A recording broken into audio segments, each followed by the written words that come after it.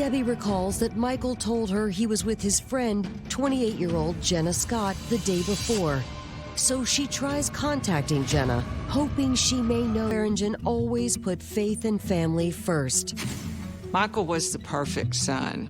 He just had a sweet essence about him. He went to church, and he made a profession of faith, and he was baptized. Michael really did have everything going for him. He was sweet and kind, cared about everybody. He had a girlfriend. He had his own home.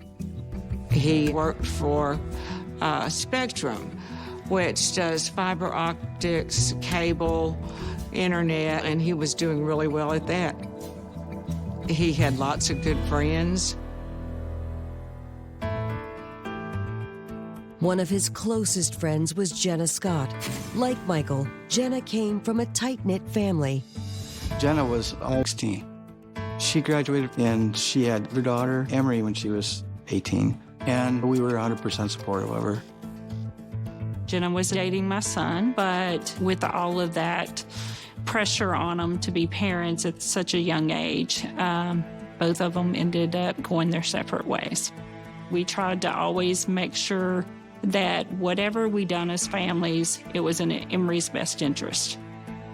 Jenna was a very good mother to Emery. Just loved her and doted on her and did the best she could for a young mom. In 2012, 22-year-old Jenna earned a nursing degree and then later enrolled in a master's program for counseling. She's always had compassion for people, and she wanted to make a difference in people's lives. Michael had met her when she was in nursing school through a friend of hers. Jenna was smart, but she was tender-hearted, because they were both so tender-hearted. He was like a very big protector of Jenna, and they were close friends. And I mentioned several times to Jenna, why don't you date Michael Swearingen? And she would say, no, he's my best friend. Jenna and Michael, they were like two peas in a pod. You know, they were like... The car in Austin Police Department has recovered it for us. What caught our attention was the fact that Michael absolutely would never go to Austin because that just wasn't his scene. We realized this is absolutely not a place they would be. I don't even know that they would know this area in Austin. And when we located the car, we were on our toes at this point. He had choked her out. He had assaulted her. She was shaken up quite bad.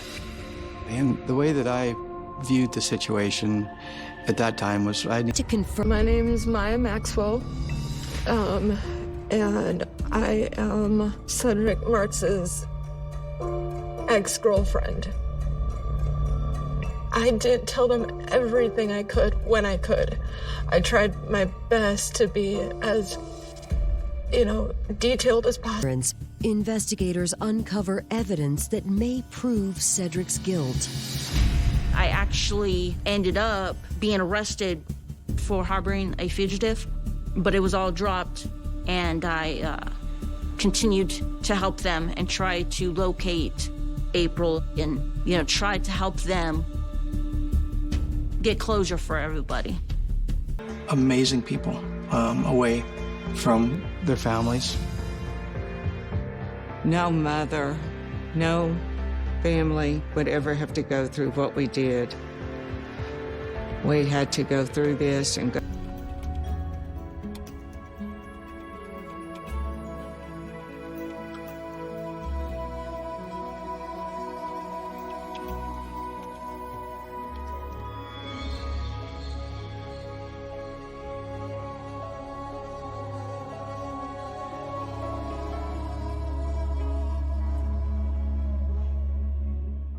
Human beings are peculiar creatures. They spend a lifetime building, sacrificing, and enduring, only to tear it all down in a split second of madness they cannot even explain. I have seen many cases, but the story of the Burns sisters still makes me shake my head. My. Imagine spending 40 years of your life as a nursemaid, a mother, and a provider for a sister with brain damage, only to end it all with a single gunshot. You have to be kidding me. Barbara Byrne was a woman with a heart of gold. At 15, she left school and surrendered her youth to care for Debbie. That is a level of self-sacrifice most people in this modern world cannot even comprehend. Then the inheritance arrived. $350,000. You would think that meant freedom, right? Wrong. That was the beginning of the end. When the money appeared, the boundaries disappeared. Debbie, possessing the emotional maturity of a 6-year-old but the financial power of an adult, turned into a demanding, rude, and bitter tyrant. Barbara, who never learned how to say no, let her sister blow through the fortune on toys and delusional internet romances. On August 14th, Debbie's 40th birthday, the friction reached a boiling point. An argument, a physical struggle, and then a deathly silence filled the home. Barbara, after 40 years of bottled up frustration, finally hit her breaking point. I tell you, every person has a threshold, and once you cross it, you are not the same human being anymore. After it was over, instead of turning herself in, Barbara did something that haunts me even now. She lived with her sister's body for 6 weeks. 6 weeks. She filled that trailer with air fresheners, potpourri, and baking soda, anything to mask the smell of decomposition. She turned that home into a glass case for dead memories.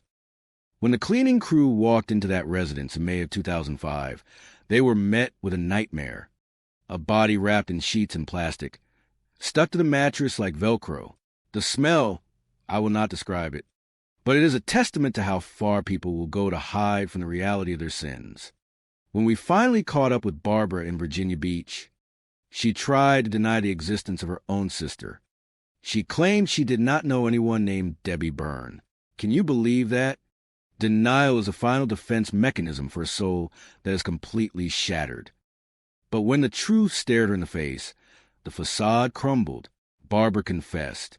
She told us she did it in a moment of madness and that she still loved her sister. And, in a strange way, I believe her. That is the tragedy of a good heart being pushed to the edge by the very person she sacrificed everything for. She was sentenced to 15 years for manslaughter. After 12 years, she was released. She returned to a world that was empty, carrying a burden of grief no one can ever truly fix. You see, the victim, Debbie, was trapped in a body and a mind that kept her forever a child. Unable to understand the weight of the stress she was putting on her sister. She was demanding because she lacked the tools to be anything else. And Barbara? Barbara was a saint until she wasn't. She became a prisoner of her own caretaking, and eventually, the roles reversed. She became the prisoner of her own desperate act. Sometimes, circumstances create a devil. They create a breaking point. It is a cautionary tale about how love, when left unchecked by boundaries, can turn into a suffocating, lethal trap. That is the account of the Byrne tragedy. Does that shed more light on the internal torment these two women faced? Or is there a specific aspect of the investigation you would like me to dissect further? Human beings are strange creatures. They commit the most heinous acts for the most trivial reasons imaginable, and yet they always believe they have concocted the perfect deception. I have walked through enough crime scenes, stared into the eyes of enough cold-blooded predators, to know one thing for certain. The truth has a funny way of rising to the surface, even when someone has spent years trying to bury it under a mountain of lies. You think you have seen it all, and then a case like that of Laura Sweetman lands on your desk. My, you have to be kidding me. Here is a woman, a brilliant pediatric neurologist, a healer, who finds her life unraveling not because of some tragic accident, but because she was trapped in a cage of her own making, bound to a man whose very presence seemed to poison the air around him. Dave Sweetman. I tell you, in my line of work, you develop a sixth sense for the manipulators. They all have that same hollow look behind the eyes, that same penchant for shifting the narrative when the walls start closing in. Laura knew he was a wolf in sheep clothing, and the tragedy is that she knew it long before she was found unresponsive in that bathtub. She was a woman planning her escape, A woman who had finally found the strength to walk away from a marriage defined by psychological warfare. Yet the system, that bureaucratic machine that is supposed to protect the innocent, failed her at every single turn. I have seen it 1,000 times.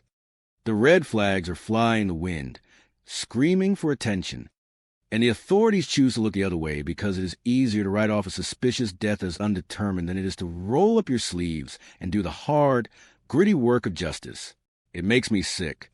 You have a scene where a dog gate is knocked out of place, a back door left unlocked, a history of threats, and an alleged domestic violence incident that should have been a clarion call, but instead, it is treated like a domestic tiff. The indifference is what kills me. They talk about insufficient evidence, about heart attacks that leave no physical scar on the heart, about toxicology screens that reveal nothing because they were looking for nothing. It is a shell game, and the victim is the one who loses everything. The internal struggle of Laura Sweetman must have been agonizing. She was a woman of science, a doctor who understood the mechanics of life, forced to contend with a reality that defied all logic. She lived in fear, terrified of a man who held the keys to her car and, in his mind, the keys to her future. And then there is the other side of this coin, the men she was seeing, the trainer Will, the others, all orbiting her life in the final weeks like moths to a flame. Were they protectors or predators? In a proper investigation, we would know. We would have the alibis, the cell phone pings, the cold, hard data that tells a story when people refuse to speak. But instead, we are left with a void, a silence that spans over a decade. It is a grave insult to the memory of a woman who dedicated her life to saving children, to have her own and left to the whims of sloppy police work and questionable forensic practices. I tell you, the corruption of evidence, the failures of the medical examiners, the blatant disregard for procedural integrity, it is not just incompetence, it is a betrayal of the public trust. Whether it was a husband who thrived on control or a secret lover driven to a moment of madness, the truth is rotting away in a redacted file somewhere, waiting for someone to care enough to find it.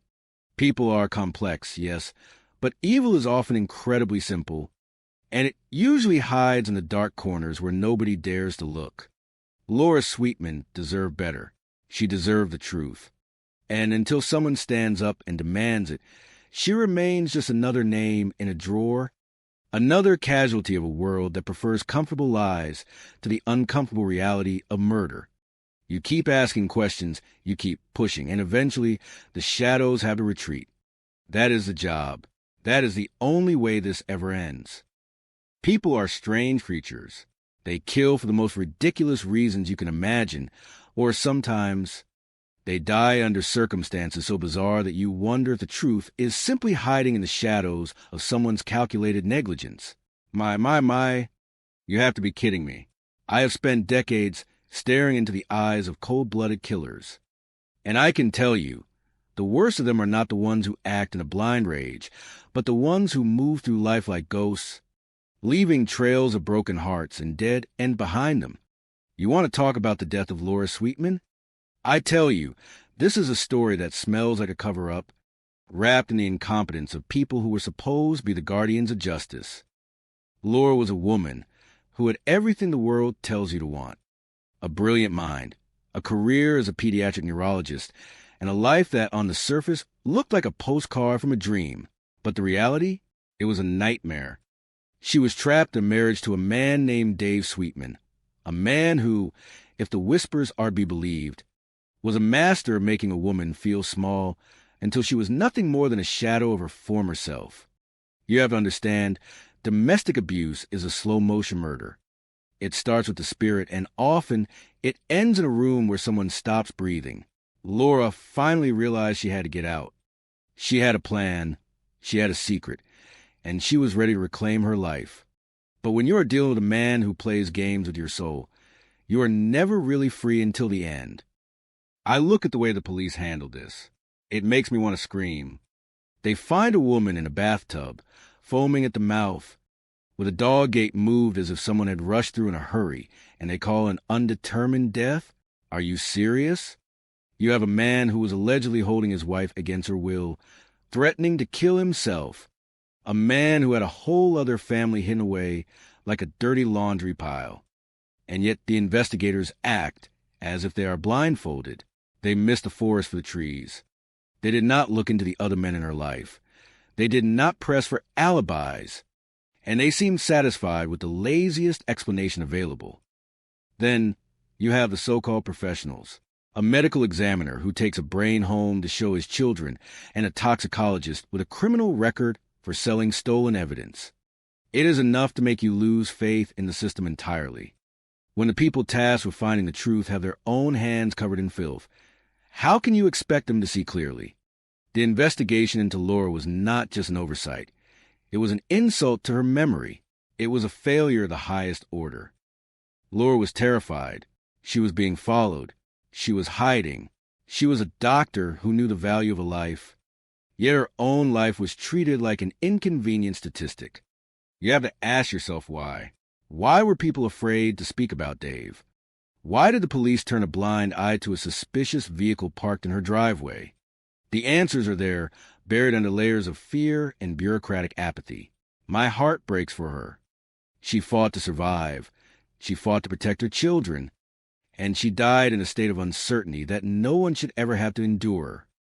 I tell you, there is no such thing as a perfect crime, only an imperfect investigation. If you look closely enough, you will see the cracks. You will see the lies and the inconsistent timelines, the defensive posturing of those who were near her, and the terrifying silence of the department that wanted the problem to simply go away. Laura Sweetman deserved better. She deserved the truth. And until someone has the courage to look at the evidence without the baggage of past corruption, she will remain a ghost, haunting the halls of the justice system that failed her, and by extension, failed all of us. You have to be kidding me. But unfortunately, in this business, the most tragic stories are the ones that are never finished. Human beings are strange creatures. They walk among us, sharing our meals, sleeping in our beds, and breathing our air, all the while harboring darkness, so profound it could swallow the sun.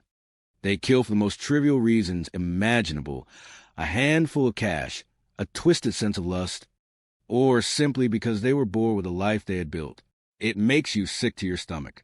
You look at a man like Danny Coleman, a decent, hard-working soul who dedicated his life to teaching kids and keeping his family comfortable, and you wonder how he never saw the monster sitting across the dinner table. It is a tragedy that defies logic.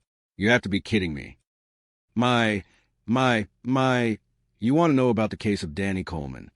It is a story that begins in the rolling farmland of Stanton, Missouri, on a night in October 1992.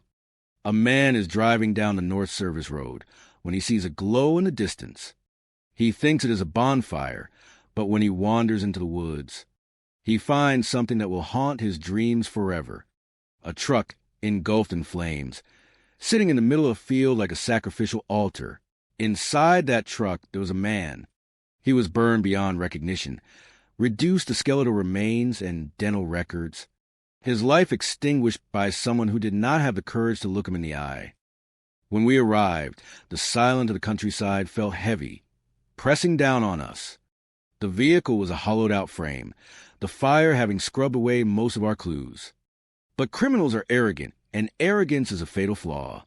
They removed the license plates to stall us, forgetting that the factory does not build a car without etching the vehicle identification number into the steel. We traced it back to a home in St. Louis. When we knocked on that door at 2:30 in the morning, we met his wife, Karen, and their son, Joby. They were frantic, searching for a man who would never walk to that door again. The autopsy by Dr. Mary Case revealed the truth that the fire tried to hide. Danny had not died in an accident. He had been beaten to death with a blunt object, and there was a strange metallic shrapnel in his skull that suggested he had been shot as well. This was a cold, calculated execution. We started interviewing people, and that is when the rot became apparent. People lie. They lie to protect themselves. They lie to cover their tracks. And sometimes they lie just to see if you are smart enough to catch them. We spoke to his friend, Rich Saluka, who became a person of interest due to some suspicious phone calls. But Rich was just a man caught in the middle of a web he did not understand. The investigation stalled. It sat in a box for years, gathering dust while the killers went on with their lives, drinking their coffee and laughing at the world. But justice has a way of waiting in the shadows. In 1999, a confession drifted out from the bowels of Missouri State Penitentiary. A man named Larry Nolan, dying of hepatitis, finally spilled the beans to his cellmate. He confessed to orchestrating the hit on Danny Coleman. And why? Because of a woman. Karen Coleman had been visiting Larry while he was incarcerated, seducing him with promises of marriage and a share of the insurance money, all while she played the role of the grieving widow. It is enough to make you lose faith in humanity. She was living a double life, deep in the pockets of drug dealers and extramarital affairs, while her husband was busy trying to build a future for their family. We went back to the evidence. That cellophane wrapper we found at the scene 16 years earlier, we ran the prints again. They belonged to James Cornhart, a local firefighter who had been recruited by Larry Nolan to pull the trigger. We brought him in, and he clammed up tighter than a drum. But people under pressure start making mistakes. Cornhart began making phone calls from the jail, begging his friend Stephen Mueller to get rid of the silencer and the ammunition. Mueller, realizing the walls were closing in, finally cracked. He confessed that he was the one who pulled the trigger, alongside Cornhart and a mysterious character they called Dozer. They lured Danny to a vacant house under the guise of discussing his wife's infidelity. They lured a good man into a trap set by the very person who vowed to love him. When we finally broke Karen, she blamed the drugs, as if a needle in the arm is an excuse for the darkness in the heart. She was a puppet master who watched her husband die for $50,000. We put the pieces together, the fingerprints, the recorded calls, the testimony, and we locked them away. James Cornhart and Stephen Mueller got life. Karen got 20 years. It is not enough. In my book, for a crime like this, there is no redemption. You take a man's life for money, you have forfeited your right to walk among the free. Danny Coleman deserved better. He was a man who built things, who cared for others, and he was blindsided by the one person who should have had his back. It is a heavy thing to carry, seeing the worst of what people are capable of, but that is the job. You stare into the abyss, and you hope that, just for once, the light manages to find the truth. Chuck finally proposed to Shirley during a romantic evening walk, and she happily accepted. She had found her true partner, and the future sparkled with promise. Chapter 2, The Great Bathtub Misunderstanding. However, on the sunny morning of July 23, 2013, a shocking discovery momentarily upended the calm Tuesday morning in Rowan County. Chuck Reeves, age 59, made a breathless call to the local emergency dispatch. He was in dire need of assistance at the home of his fiancée, the 62-year-old Shirley Pierce. Chuck had arrived at her house to drop off his playful golden retriever, as Shirley had promised a dog sit while he traveled out of town for his busy sales route. When he entered the home using the spare key hidden carefully in the flower bed, he noticed a faint, distinct smell of household bleach and a curious trail of spilled red fabric dye leading from the master bedroom directly into the hallway. Following the colorful trail with growing confusion, Chuck pushed open the bathroom door and gasped. There, in a large porcelain bathtub, lay Shirley's magnificent custom-made, vintage silk wedding gown. The pristine white fabric was completely ruined, soaked in a chaotic mixture of scarlet dye and harsh bleach. The faucet had been left running, sending soapy, colorful bubbles cascading over the edges of the tub. It was a ferocious scene of targeted vandalism. Someone had clearly attacked the dress with intense frustration. The sheer audacity of the ruined gown was a monumental shocker. It was definitely no accident. This was an intentional, theatrical destruction of a treasured garment. When the local county deputies arrived, they were immediately led to the main bedroom. The house was usually perfectly tidy and peaceful, making the messy scene feel incredibly eerie.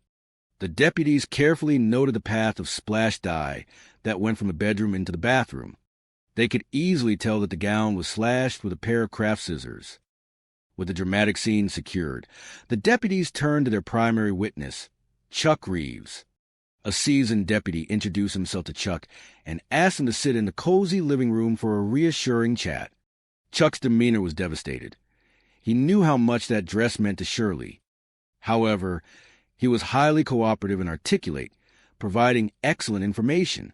He explained that he had spoken to Shirley by telephone the night prior, right around 8:15 in the evening. In the middle of their cheerful conversation about dinner plans, the telephone line had simply gone dead. Chuck had not been particularly alarmed. As cellular service in that specific area of Kannapolis was notoriously spotty, to ensure a thorough inquiry, the deputies asked Chuck if he had noticed anything unusual during his drive. Chuck stated that his alibi was flawless. He had been driving back from South Carolina that morning. A quick check of his perfectly clean, dye-free hands confirmed he had not been involved in the messy sabotage, which Chuck swiftly cleared of any suspicion. The deputies focused on finding who would hold such a bizarre, theatrical grudge against the beloved bride-to-be. Chapter 3. The Shadow of Jealousy. As the deputies wrapped up their gentle interview with Chuck, Shirley's daughter, Tracy, arrived at the house. Tracy and Shirley shared a phenomenal relationship. Shirley was Tracy's ultimate support system. Tracy was naturally distraught to see her mother's beautiful wedding plans so abruptly vandalized. When asked if anyone would wish to upset her mother, Tracy thought back many years. She mentioned an old, grumpy neighbor named Richard, who had once engaged in a ridiculous feud with Shirley over property lines a decade prior. Richard had notoriously threatened to dig up Shirley's award-winning rose bushes with a rusty screwdriver.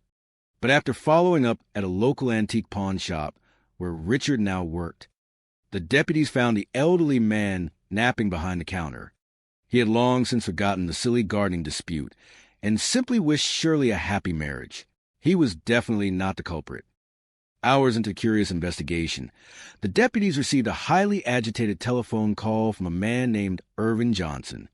Irvin was the chief financial officer at Tuscarora Yarns.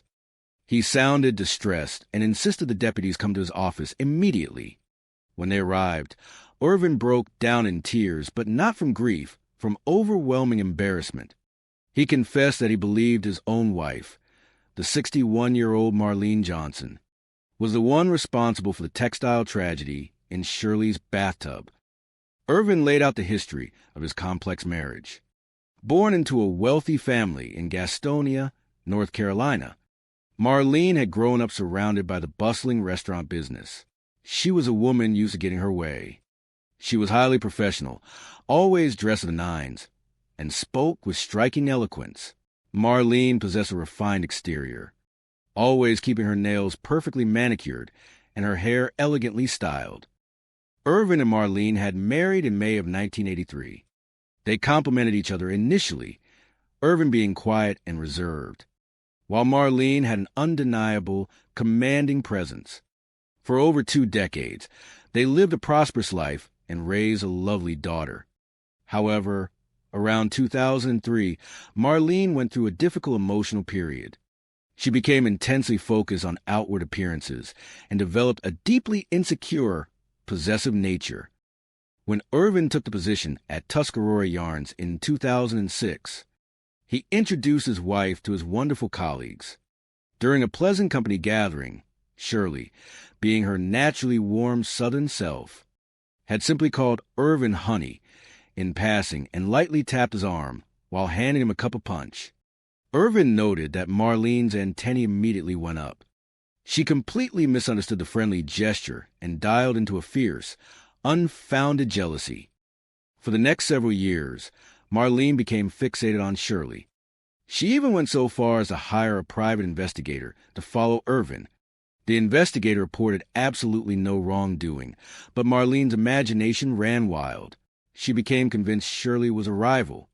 Shirley, knowing full well she had done absolutely nothing wrong, never felt frightened.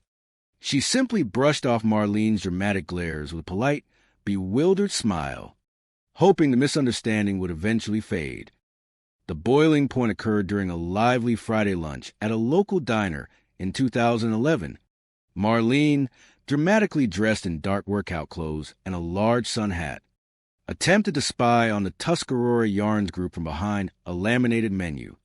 A friendly waitress recognized her immediately and quietly alerted the table. Suddenly, Marlene marched across the diner and threw a slice of cherry pie directly at Shirley, creating unexpected chaos. Shirley, ever the graceful lady, merely wiped the cherry filling from her blouse and refused to press charges, not want to cause trouble for poor Irvin. Chapter 4. The Confession and the Cure. Armed with Irvin's embarrassing testimony, the deputies put out a bulletin from Marlene's vehicle. It was not long before they found her car parked outside a boutique in downtown Salisbury. In the trunk of her car, the deputies discovered several large bottles of household bleach, identical to the ones used to ruin the wedding gown, along with a pair of sticky craft scissors. Marlene was gently escorted to the sheriff's office for a polite but firm conversation. At first, she sat with her expensive sunglasses on, acting completely uninvolved. But when the lead deputy kindly asked to look at her hands, the truth was undeniable.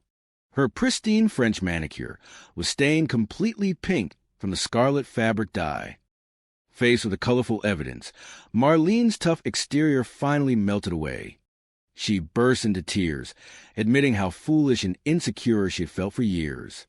The deputy, showing great compassion, listened as Marlene poured out her fears of growing older and feeling invisible. The destruction of the dress was not an act of malice, but a theatrical, desperate cry for attention from a woman whose emotional health had been neglected for too long. When Shirley was informed of confession, her first reaction was not anger, but profound empathy. Shirley drove down to the station herself. Walking into the interview room, she sat across from the weeping Marlene and gently took her dye-stained hands. "Marlene," Shirley said softly, her voice full of grace, "you are a beautiful, capable woman. You have a husband who loves you and a wonderful life. You must stop carrying this heavy, imaginary burden." Marlene, completely disarmed by Shirley's incredible kindness, apologized profusely for the childish vandalism. In a beautiful twist of fate, the incident became a profound turning point. Shirley agreed not to press any formal charges on the strict condition that Marlene attend weekly, emotional counseling, and find a positive outlet for her intense energy. The story of the ruined dress quickly spread through the tight-knit community of Kannapolis. Instead of mocking the situation, the town rallied behind their beloved Shirley. The talented seamstresses from the Tuscarora Yarns factory secretly banded together, working late into the evenings to construct a brand-new wedding gown, even more magnificent than the first. When Shirley finally walked down the aisle to marry Chuck Reeves, the entire town cheered. And sitting in the third row, dabbing her eyes with a lace handkerchief, was a newly peaceful Marlene, who had finally found her own sense of self-worth. The great bathtub catastrophe was forever remembered not as a crime, but as a chaotic catalyst that healed a broken heart and brought a community closer together. Chapter 5. A Distant Echo in the West. Meanwhile, nearly 2,000 miles away in the breathtaking landscapes of Prescott, Arizona, another tale of small-town misunderstandings was unfolding. The Prescott National Forest provided local residents with endless recreational activities. Families loved to ride their bicycles through the towering pines, hike the winding trails, and host joyful bonfires during the crisp autumn evenings. Pamela Pitts, known affectionately as Pam, was a vibrant 19-year-old girl with a bright smile and an infectious zest for life. She was always doing something creative and always seeking fun. She had a remarkable gift for making friends with absolutely anyone she met. As the oldest of 4 children, Pam loved nothing more than her lively family. She was an incredible big sister, always taking her younger siblings under her wing and guiding them through the ups and downs of adolescence. She was the one they confided in, the one they trusted unconditionally. Though Pam possessed many artistic talents, she was still figuring out her grand path in life. She frequently talked about attending a prestigious beauty college or pursuing a degree in fashion design. In the summer of 1988, eager to experience a taste of independence, Pam moved out of her family home and rented a modest apartment with her new friend, Shelley Norgard. Shelley was an 18-year-old girl who had always been a bit awkward and quiet. Her background was somewhat of a mystery to her peers. Her parents had gone through a complicated divorce, and she had moved around frequently. Shelley had a stern, strict father and deeply feared having to move back into his rigid household. For Shelley, living with a vibrant and popular Pam was a wonderful chance to finally feel like she belonged to family. To make ends meet, Pam secured a cheerful job as a hostess at a popular local restaurant. Life was exciting and full of new adventures. In August of that year, Pam reconnected with an old flame named Bobby Kitchener. Their romance was rekindled slowly and sweetly, revolving around late-night talks on the courthouse steps and sharing ice cream downtown with their large circle of friends. However, sharing an apartment proved to be more complicated than the two young women had anticipated. Financial stress began to bubble beneath the surface. Pam realized that Shelley was struggling to manage her half of the rent. Frustrated by the mounting bills and missing the comforting chaos of her family home, Pam made a quiet decision. She telephoned her father, Paul, and admitted that the independent life was a bit too expensive.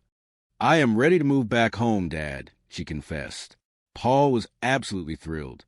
He assured her she was welcome back any time, noting that he had heard from other teenagers that Shelley could sometimes be unreliable and overly dramatic. Pam promised her father she would gently break the news to Shelley over the weekend. Chapter 6. The Disappearance. On the evening of September 16, 1988, Pam attended a lively gathering downtown with Bobby. She was in excellent spirits. Around 9:30, Bobby headed off to his night shift, and Pam told him she was going back to the apartment to have a calm evening at home. The following morning, Paul received a frantic telephone call from Shelley. "Have you seen Pam?" Shelley asked, her voice trembling. "She took off last night and never came home." At first, Paul assumed Pam had simply stayed over at a friend's house. But when Monday arrived and Pam failed to show up for her restaurant shift, a wave of genuine worry washed over him. Pam was deeply responsible. She would never simply abandon her job without a word. Paul contacted the Prescott Police Department to file a missing persons report, hoping his daughter was safe. Days turned into a grueling week. The local authorities interviewed everyone in Pam's circle. When they spoke to Shelley, she provided a highly confusing timeline of her evening, claiming she had driven around aimlessly looking for her boyfriend, Ray Clerks, until the early hours of the morning. Ray, a responsible young man studying to become a commercial airline pilot, could not corroborate her story, stating he had gone to bed early. Rumors began to swirl wildly through the high school hallways.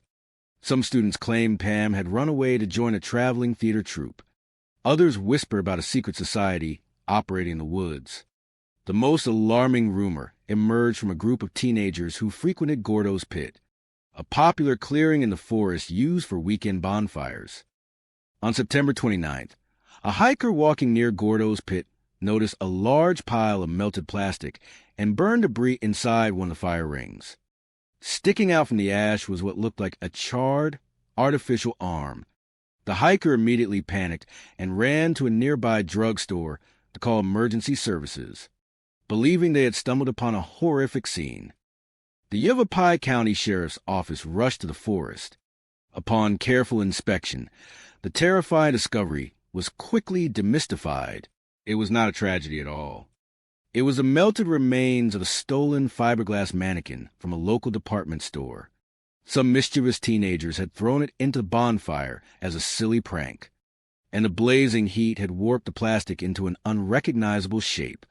The local medical examiner, called to the scene just in case, confirmed with a hearty laugh that the only thing harmed in the fire was a very expensive piece of retail display equipment. Chapter 7. The Unexpected Return. While the town was busy gossiping about mannequins and imaginary cults, The truth of Pam's whereabouts was far less theatrical and wonderfully innocent.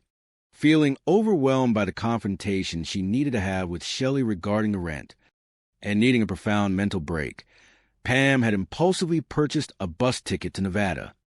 She had decided to spend 2 weeks at a peaceful rustic arts and crafts retreat nestled in the mountains, completely off the grid.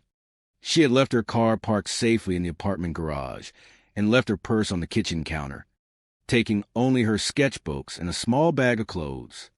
She had intended to call her father from the retreat's lodge, but upon arriving, she found the pristine isolation so incredibly soothing that she simply lost track of the days. Back in Prescott, investigators continued to interview Shelley, noting her increasing anxiety.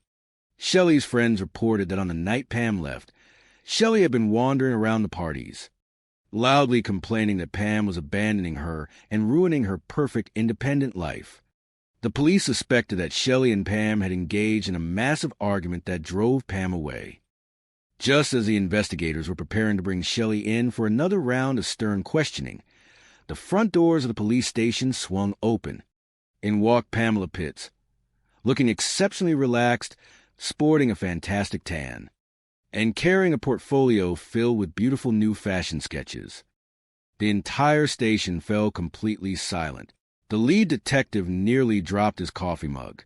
Paul, who had been sitting in the waiting area, leaped from his chair and enveloped his daughter in a massive, tearful hug. "Where on earth have you been?" Paul cried out, a mixture of profound relief and mild exasperation coloring his voice. Pam blinked in confusion, looking at the stunned faces of the officers. "I was at a watercolor retreat in Nevada. I left a sticky note on the refrigerator for Shelley. Did she not show it to you?" The detectives immediately dispatched a cruiser to the apartment. Sure enough, stuck to the side of the humming refrigerator, hidden beneath a magnetic grocery list, was a small, brightly colored note detailing Pam's exact travel plans and her promise to figure out the rent upon her return. Chapter 8. Lessons Learned in Bright Futures. Shelley was brought down to the station, not in handcuffs, but to finally reunite with her unharmed roommate. When Shelley saw Pam sitting happily with her father, she burst into tears. She admitted that she had found the note the morning Pam left, but had hidden it in a panic. Shelley was deeply terrified that if everyone knew Pam was moving back home, Shelley would be forced to return to her strict father's house. By pretending Pam was missing, Shelley had foolishly hoped to buy herself some time to figure out her own living situation. Pam, possessing a heart as big as the Arizona sky, did not harbor an ounce of anger. She stood up and wrapped her arms around her trembling friend. She understood that Shelley's actions, while incredibly misguided and chaotic, stemmed from a deep-seated fear of abandonment. The local authorities, shaking their heads at the sheer scale of the teenage drama, decided not to press charges with false report, opting instead to give Shelley a very stern lecture about the importance of honest communication. The Great Prescott Panic of 1988 slowly faded into a legendary, humorous town anecdote. Pam officially moved back into her lively family home, bringing her beautiful new sketches with her. Her time away had given her the absolute clarity she needed. She enrolled in the local beauty and fashion college the very next semester. Thriving in her creative element, Bobby Kitchener remained by her side, their relationship growing stronger and sweeter with each passing day. As for Shelley Norgard, the overwhelming experience forced her to finally confront her deep insecurities. With the gentle encouragement of Pam and her friends, Shelley sought out a fantastic local counselor. She learned to build her self-esteem and manage her fear of rejection. Her boyfriend, Ray Clerks, recognizing that Shelley needed time to heal and grow independently, kindly ended their romantic relationship. They parted as excellent friends. Ray packed his bags and moved safely to sunny California, where he successfully enrolled in an elite aviation academy, eventually fulfilling his lifelong dream of becoming a commercial airline pilot. Shelley eventually found her footing, securing a wonderful job at a local bookstore and learning to navigate adulthood with a newfound sense of honesty and resilience. She and Pam remained in touch. exchanging warm holiday cards and sharing fond memories of their brief, chaotic time as roommates. In the end, whether it was the bustling textile mills of North Carolina or the whispering pine forests of Arizona, the deep truth remained exactly the same. The bonds of community, the boundless power of forgiveness, and the incredible resilience of the human heart were more than enough to conquer any shadow.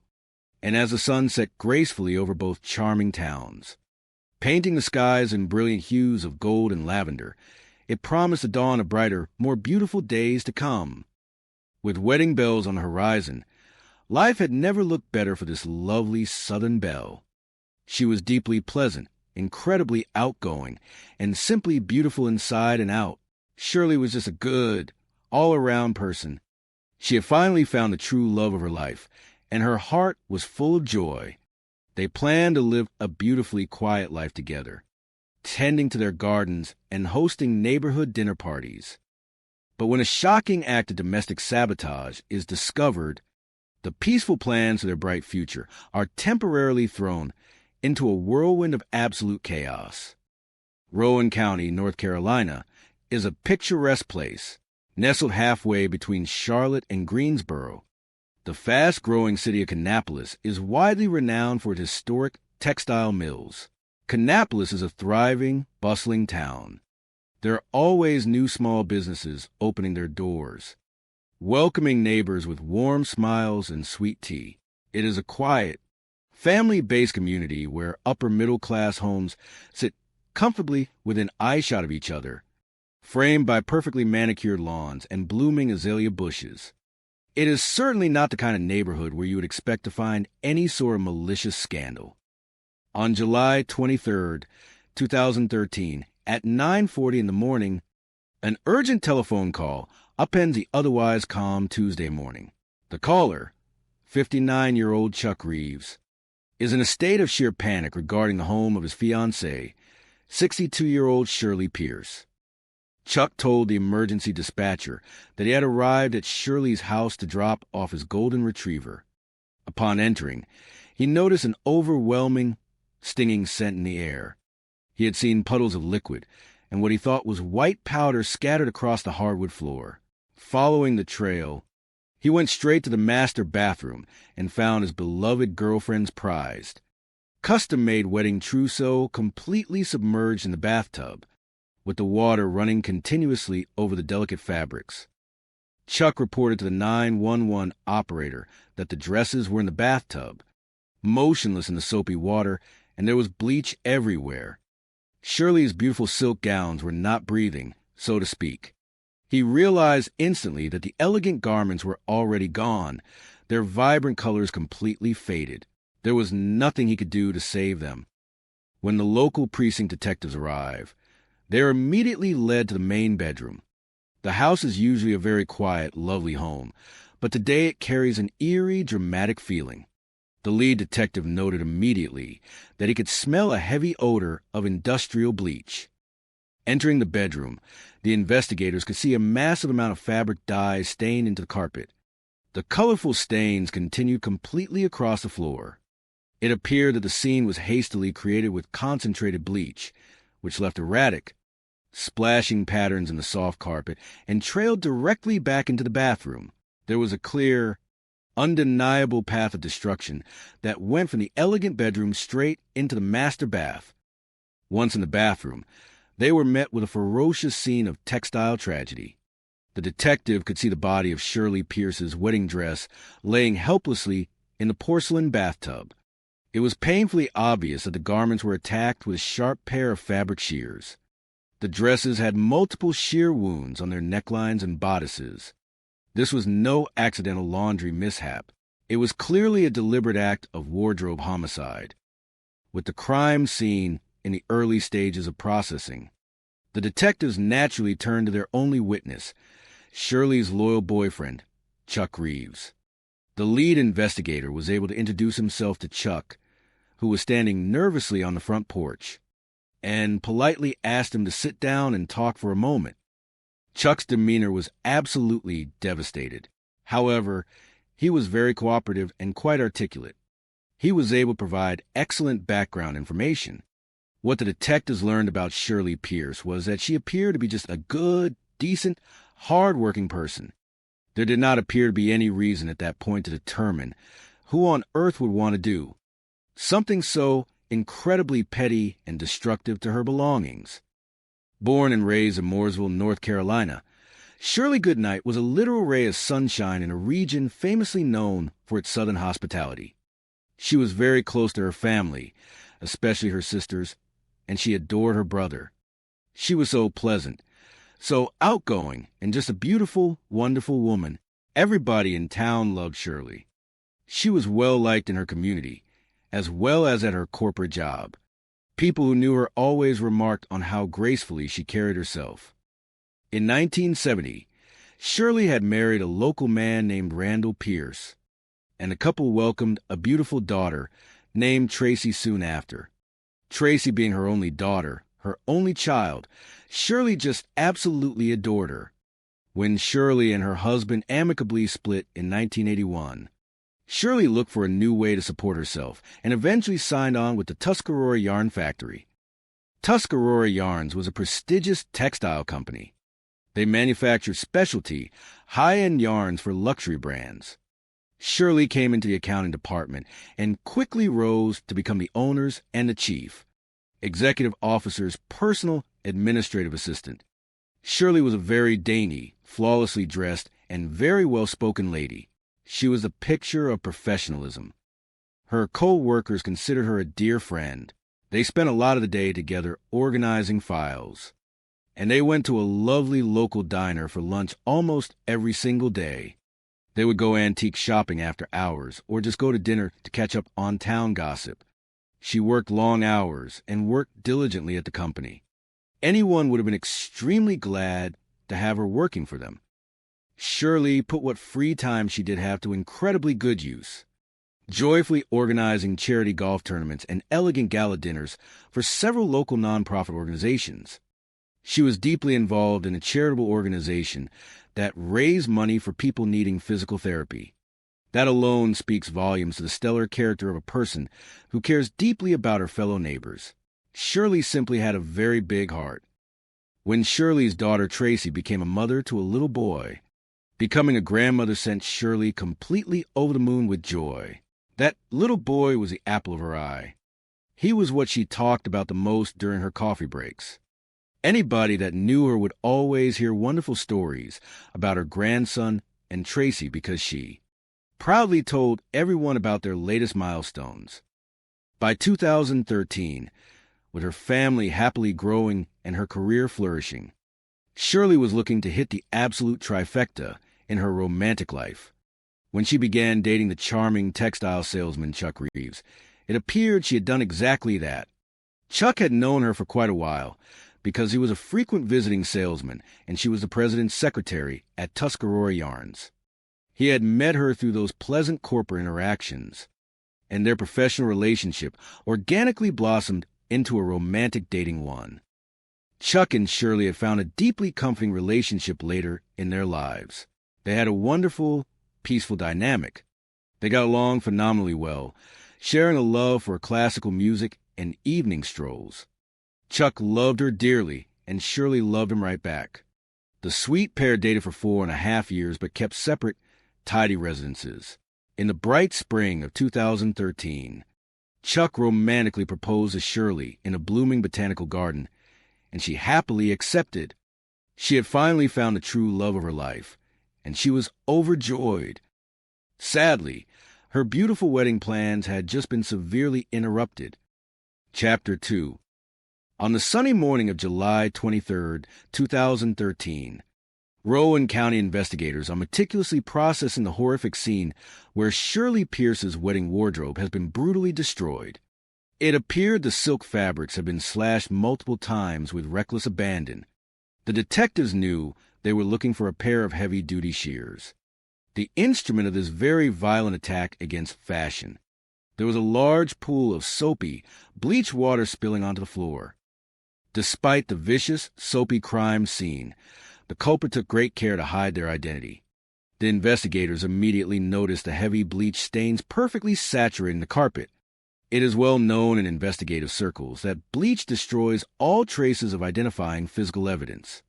They were dealing with someone who went through a lot of trouble to try to destroy any clues. The mysterious vandal was clearly aware of modern forensic techniques. The intensity of the property damage suggested to the investigators that this was a deeply personal, emotionally charged attack. There did not appear to be any signs of forced entry at the front door, and the house did not appear to be ransacked like a typical burglar would ransack a home looking for valuables. Her television, her jewelry, and her expensive silver sets were entirely untouched. Shirley's home was attacked by somebody that was very, very angry specifically at her happiness. It was absolute overkill, which did not match up to somebody breaking into a house to steal a computer. That strange detail brought immediate alarm to the detectives, suggesting the perpetrator was somebody very close to her, somebody who would have the easy ability to enter the house. Naturally, this becomes a very big red flag, pointing right back toward Chuck Reeves. He was exactly who they needed to focus on first.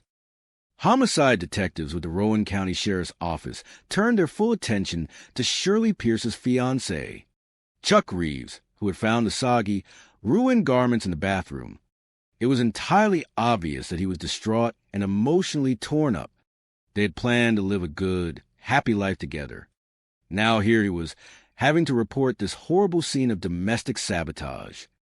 The lead detective asked Chuck when was the last time he had spoken to Shirley, and he stated he spoke to her by telephone the night prior, and he believed that time was right around 8:15 in the evening. She was going to dog sit his golden retriever while he traveled out of town for a quick regional sales meeting, as he frequently did for his job. He spoke to Shirley, happily made arrangements for the next day to bring the dog by, and wished her a good night. Chuck explained that in the middle of their pleasant call, the telephone connection suddenly went entirely dead. The call ended abruptly, and he did not make contact with her again that night.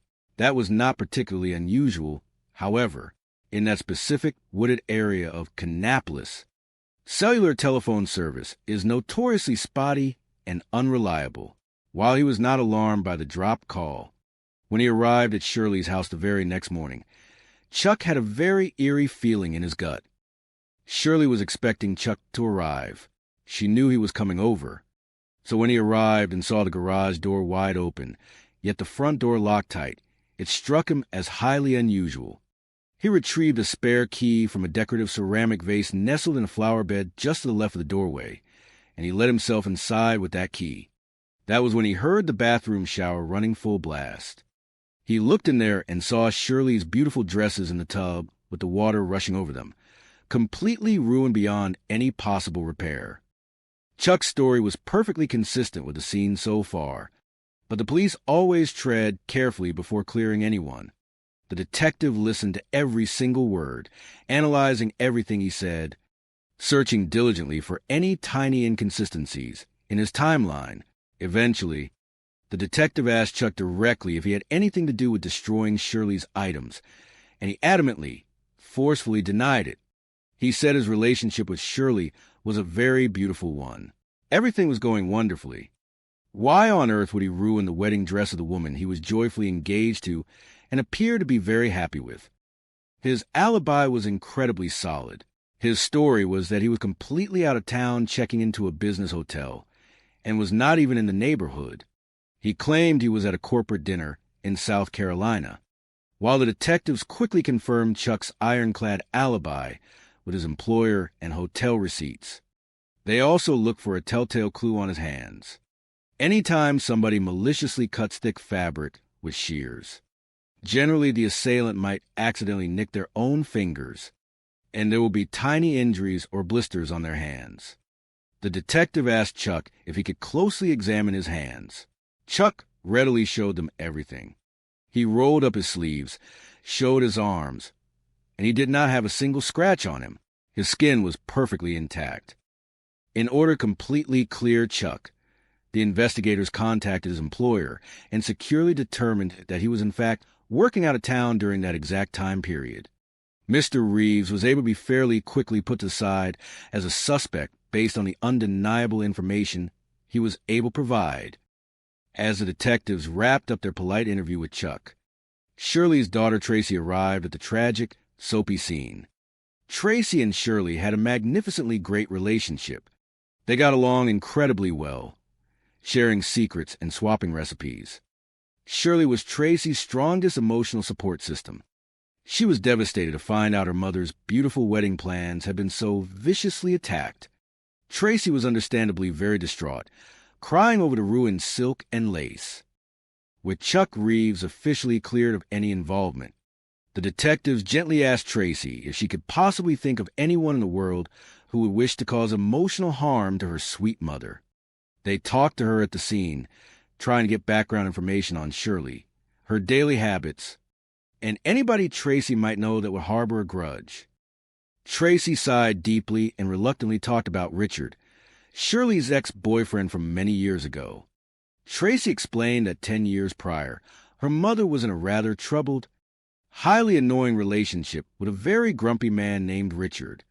Tracy told him about how Richard had been verbally combative towards Shirley over trivial things like television channels and grocery bills, and then the relationship had thankfully ended. The interesting information they learned was that several years ago, Shirley had in fact obtained a legal restraining order against Richard just to keep him from constantly calling her house to complain about his arthritis.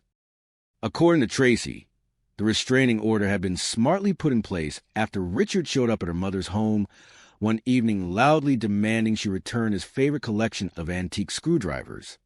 Tracy said he was actually waving a vintage screwdriver in the air, throwing a massive childish temper tantrum. After her mother filed the strict restraining order, Richard embarrassingly packed his bags and left town. But after nearly 10 years of absolute blissful silence, Richard had recently attempted to awkwardly contact Shirley again. The family believed he was back in the local area and had reached out to Shirley maybe 6 months prior, trying to ask for gardening advice. Immediately, he became the lead suspect in the minds of police. Tracy wanted Richard thoroughly investigated. Domestic disputes often lead to ridiculous acts of vandalism, so they were going to have to explore him a lot more thoroughly. The detectives prioritized locating the grumpy Richard and quickly got a lucky hit on his current place of employment, a mere 15-minute drive from Shirley's beautiful home. They actually found Richard happily organizing vintage tools at a local pawn shop nearby and asked to speak to him. The detective started off the interview by creatively disclosing the horrific vandalism at Shirley's home. Richard was genuinely shocked by the news that someone had ruined Shirley's beautiful things. His surprise seemed very legitimate. He honestly characterized his past relationship with Shirley as ending 10 long years prior. Richard was formally asked about the past temper tantrums he was accused of, and he sheepishly admitted that law enforcement did come to the house back then. He explained that eventually he changed his job, found a new hobby, and Shirley had gracefully accepted his apology for being such a tremendous nuisance. As for the night of the great dress sabotage, Richard claimed he had come home after working a long, tiring 9 in the morning to 6 in the evening shift at the pawn shop. Richard said that he had come home, ate a quiet dinner, did not leave his home again, and had gone fast asleep in his bed at exactly 9 in the evening. Richard lived peacefully by himself with a small tabby cat, so there was nobody to confirm his alibi. The detectives again looked for signs of foul play by closely inspecting Richard's hands. There were absolutely no injuries, blisters, or cuts on his hands or arms, which would strongly indicate that he was not present during that wild, fabric-slashing assault. There was another glaring reason Richard did not appear to be their man. He was simply not in the best of physical shape. He suffered from severe joint issues. He was barely walking without the assistance of a sturdy wooden cane. One of the observant detectives actually felt Richard was physically incapable of sneaking into a house and committing the energetic crime. They did not feel like he was their suspect either. He was just a grumpy old man who liked screwdrivers. Chapter 3. Hours into the investigation, the hard-working detectives had exhausted their most promising leads. The neighborhood was quiet, and the ruined dresses offered no magical fingerprints. But when they suddenly received a highly disturbing phone call from one of Shirley's executive co-workers, the mysterious case took a dramatically sharp turn. The lead investigator received a frantic call from the county emergency center. Somebody had called in and desperately wanted to talk to a detective because he deeply believed his own wife had committed the terrible vandalism. The detectives immediately got a telephone number for the nervous caller and rapidly followed up. The detective called that number back. The man on the other end was Irvin Johnson. And Irvin Johnson happened to be the incredibly wealthy chief financial officer at Tuscarora Yarns. Shirley Pierce, of course, was the executive secretary for that very same company. Mr. Johnson was highly agitated, breathing heavily, and very difficult to understand at first.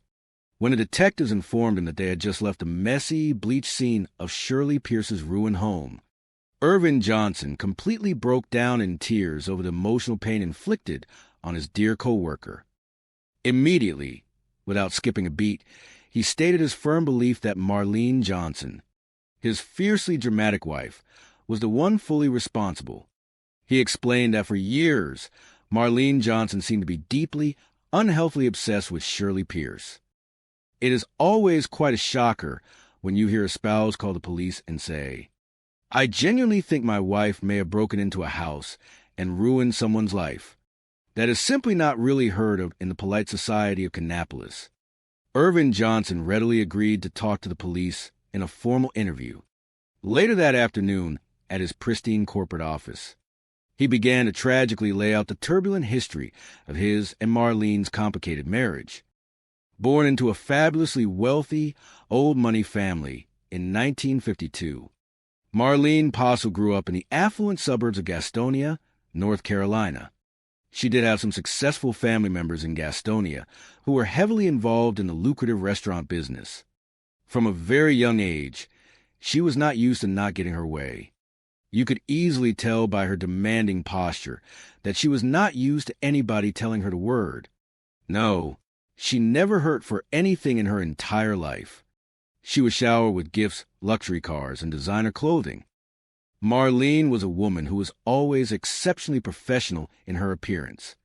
She was consistently dressed to the absolute nines, wearing pearls to the grocery store.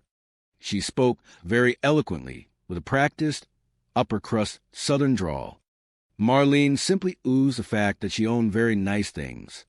With her refined exterior, Marlene had always effortlessly turned heads wherever she walked. She was approximately 5 feet 5 inches tall, very slender, kept herself in remarkably good shape through daily tennis matches, and possessed an intimidating presence. She was groomed exceedingly well. She just stuck out in any crowd as a woman of immense power and unlimited funds. On May 15th, 1983, 31-year-old Marlene proudly married 36-year-old Irvin Johnson in a lavish, over-the-top country club ceremony. The pair seemed to complement each other rather well at first. Irvin with his quiet, reserved, gentle nature, and Marlene with her fiery, demanding, taking charge attitude. Irvin was a man who would typically only speak when spoken to. It was not like he was a hugely socially outward individual. He really was not. He appeared to be the classic guy who just went along with the group, went to work, did his accounting, went home to read the newspaper, and came back the very next day to peacefully do the whole thing over again. For over 2 prosperous decades, the couple had a relatively happy and highly privileged life. They did have one beautiful daughter together. Irvin Johnson made a very nice, substantial corporate salary. Marlene did not work outside the massive home. The detectives learned that a large portion of Marlene's personal spending money came from a massive family inheritance. Having endless free time, she took a strangely intense interest in his business, in his daily schedule, and in his private matters. She had plenty of wealthy friends, but her main hobby seemed to be micromanaging her gentle husband. Then, for mysterious reasons Irvin still cannot entirely explain, something in Marlene's personality fundamentally changed. Irvin told the police that in 2003, Marlene suffered a sudden emotional breakdown over a minor dispute at the local garden club and had locked herself in her extravagant walk-in closet for 3 days. The family learned she was dealing with severe anxiety and irrational paranoia. She was medically treated for her immense stress. However, Irvin sadly noted she never fully recovered back to being the carefree, fun-loving person that she was in their early years. She became always very intense, highly aggressive, and very difficult to live with from that point onward. She was simply not in a positive frame of mind. It seemed like she became very erratic and prone to massive theatrical outbursts. She had wildly threatened to ruin his reputation. She had emotionally exhausted him. During the somber interview with Irvin Johnson, he tearfully explained that Marlene had also become bizarrely obsessed with a completely baseless idea that he was having a romantic affair at the yarn factory. Irvin tried endlessly to lovingly alleviate Marlene's wild fears, buy her flowers and reassuring her daily, but doing so only seemed to heighten her ridiculous suspicions. He stated that Marlene was a person who was entirely driven by an inflated ego, by a deep-seated jealousy, and was fundamentally a possessive person. She had caused numerous embarrassing scenes at almost every job that he had ever worked at. She would always single out the friendly women in the office that were not married, and she would invent a wild, fictional story in her head that they were secretly trying to steal him away. Irvin sighed heavily and added that when he took the prestigious job as the chief financial officer of Tuscarora Yarns in 2006, Marlene's unfounded suspicions instantly turned to universally well-liked administrative assistant Shirley Pierce. He characterized Shirley as the ultimate sweet Southern lady. When he politely introduced his wife to Shirley at the annual company holiday party, Shirley naturally called him honey, a common polite Southern term of endearment, and casually touched his suit sleeve while handing him a cup of punch. Irvin vividly recalled that exact moment. He said he saw Marlene's invisible radar antennas go straight up into the air. Marlene Johnson just dialed right in on a completely false notion that this was an ongoing affair. She was instantly fiercely jealous and extremely not happy about the innocent exchange.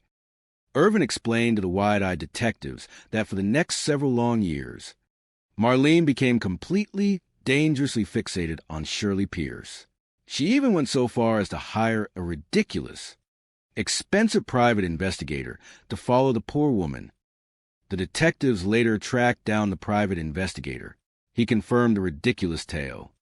Marlene hired me on September 12, 2010, the investigator recalled, shaking his head in disbelief. Our strict agreement was that we would closely surveil her husband for an entire month. I followed him everywhere. He went to work. He went to the sandwich shop, and he went home. I could not get a single shred of proof that any wrongdoing was going on either of their parts, because nothing was happening. But even with absolutely no proof of infidelity, the stubborn Marlene completely refused to accept the honest truth, and her frantic obsession only magnified. Marlene would get more and more bizarre, angrily asking the investigator to do things that were highly unethical, like digging through Shirley's recycling bins. He refused. So she simply hired another, more unscrupulous investigative firm. It was later learned that the new firm was outrageously using expensive flying drones to capture aerial views of Shirley's modest residence. Marlene supposedly knew exactly when Shirley went to the local grocery store, and exactly when she came back with her bags. She knew what time Shirley was getting home from her long work days, and she knew that her garage door was usually left open a few feet for the fresh breeze. The private investigator noted, "She just got to the point where she genuinely annoyed me, and I am not a person that gets annoyed easily because I work highly stressful corporate espionage cases. But her sheer pettiness amazed me. There was no logically convincing her, no matter if she had all the absolute evidence in the world, to clearly show her there was no secret affair. I do not think that her stubborn mind would have ever believed the simple truth." Irvin told the fascinated detectives that the less evidence Marlene found, the more she became unhinged and her public interactions with Shirley intensely escalated. But sweet Shirley, knowing full well Marlene was childishly watching her from parked luxury cars, did not realize how out of hand the ridiculous situation was becoming. Shirley never seemed to be truly scared because she knew in her heart she was doing absolutely nothing wrong, And so she just innocently assumed nothing serious would ever come of the silly stalking. Chapter 4. According to the exhausted Irvin, in 2011, Marlene's wealthy paranoia finally boiled over into a hilariously dramatic public spectacle. There was an unforgettable incident involving Marlene Johnson, where she rudely showed up uninvited at a popular downtown restaurant where Shirley and a few of her cheerful co-workers were having a lovely Friday lunch. The local restaurant waitress excitedly confirmed the chaotic story to the investigators. Irvin and Sweet Shirley would come in with the Tuscarora Yarn Accounting Group every single Friday for a nice, relaxing lunch. The waitress had gotten to know them very well from being their regular, dedicated server. So they came in for their delightful lunch, ordering iced teas and salads as always. Suddenly, the front door swung open. Marlene arrived. She was dramatically dressed in all black, wearing expensive designer workout clothes that day, and she had a giant, floppy sun hat pulled low over her face. Marlene Johnson actually held a large laminated dessert menu in front of her face, tried to poorly shield her identity from the room. It did not work very well at all. The waitress knew instantly that it was her, because she recognized her expensive diamond rings sparkling from behind the menu. The waitress immediately scurried over and quietly told the Tuscarora group that Marlene was lurking in the corner booth of the restaurant. The accounting group panicked slightly because everybody in town knew she had a ridiculous, imaginary vendetta out for Miss Shirley. Irvin said that his loyal fellow employees bravely tried to form a human protective circle around Shirley to safely escort her out to her parked car, but their efforts were ultimately not enough to stop the impending comedy of errors. The waitress vividly recalled the scene. I was just standing near the cash register, kind of daydreaming while looking out the large window, and suddenly Marlene leaped out of her booth like an angry gazelle. She just sprinted right across that carpeted dining room, and I mean, she jumped squarely onto Shirley's back. She grabbed a firm hold of Shirley's perfectly styled hair, and they were just wildly stumbling around the tables. Marlene was loudly yelling, "I will ruin your life for outshining me at the country club." It was unexpected, absolute chaos, with breadsticks and napkins flying everywhere. But the embarrassing scuffle was broken up relatively quick, and it was over with pretty fast. The police had been called, and the deeply humiliated Marlene was briefly arrested and officially charged with simple misdemeanor assault. But the silly case never went to a full trial. The ever-forgiving Shirley politely refused to press serious criminal charges against the wealthy woman. Shirley gently told the responding officers she simply did not want to do that because she did not want to make terrible waves or cause any more embarrassment for her dear friend Irvin. Shirley reasoned that she had legally filed a standard restraining order and that she was highly hopeful that official piece of paper would successfully take care of the ridiculous issue once and for all. Irvin sadly explained to the detectives that after that profoundly embarrassing restaurant incident, he finally packed his bags, moved out of the massive marital house, and rightfully got his very own strict restraining order against his erratic wife. But he now deeply feared that with Shirley's beautiful dresses completely destroyed in a calculated bleach attack, he and his own wardrobe might not be safe either. He was maybe a little afraid that she could turn her wrath and sabotage his favorite golf attire as well. At this crucial point, his wife was seemingly capable of any level of destructive vandalism. He was absolutely sure that Marlene was going to strike his closet next. He was in genuine fear for his cashmere sweaters.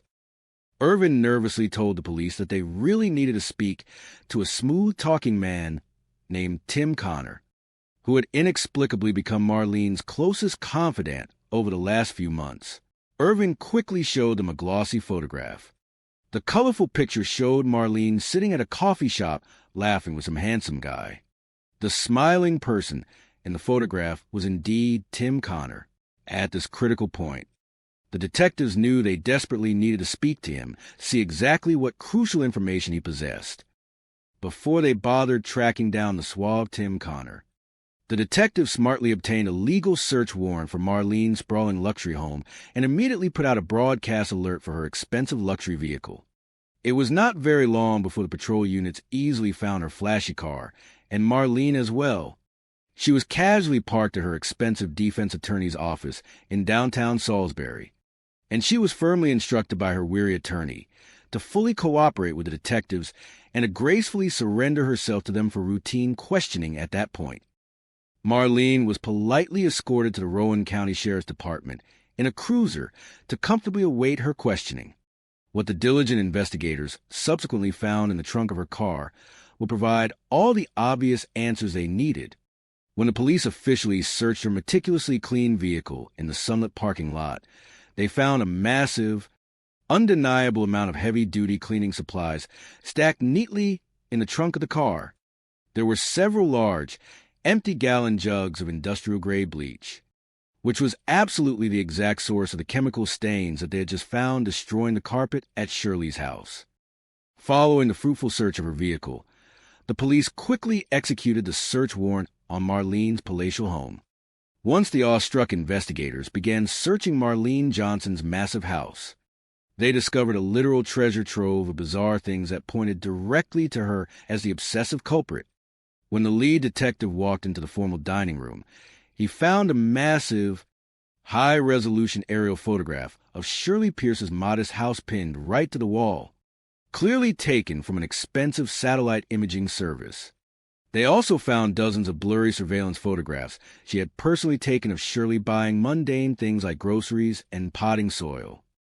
There were clearly hours upon hours of obsessive, ridiculous work put into tracking this innocent woman. A lot of incredible effort and a truly staggering amount of money was wasted. It was undeniably painting a vivid picture of a deeply silly, yet highly destructive obsession.